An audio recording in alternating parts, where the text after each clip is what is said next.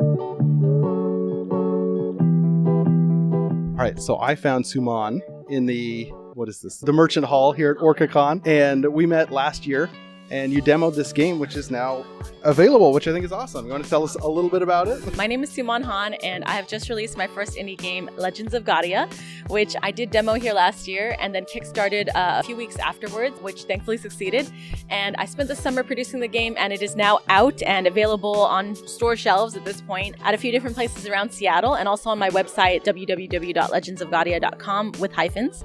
But basically, just to introduce the game briefly, it's a limited card game. So this little box contains the whole 48 card deck, player reference cards, and the rule book. And basically, it's I call it the most epic game you can play in 20 minutes. Once you know the rules, it really does play in 10-15 minutes. So it's for 2 to 4 players. You're trying to be the first to get rid of all your cards.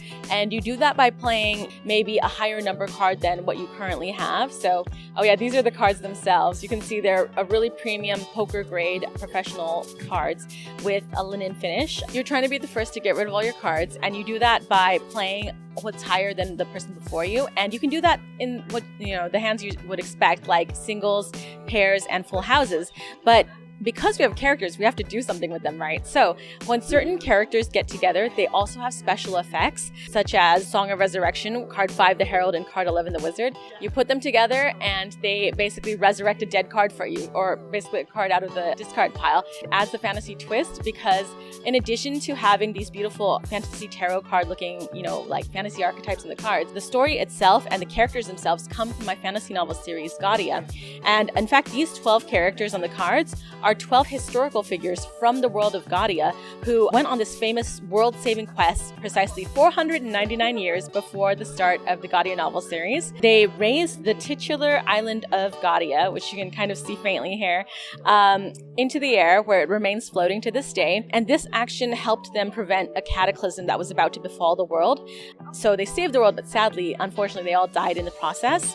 So kind of to remember them and commemorate their heroism, the people of this world turned them into a card game that people still play 5 centuries later. So not a bad memorial in some ways.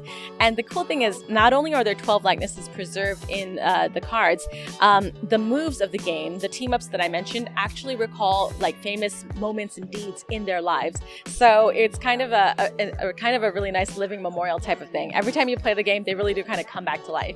So that's kind of the premise of Legends of Gadia.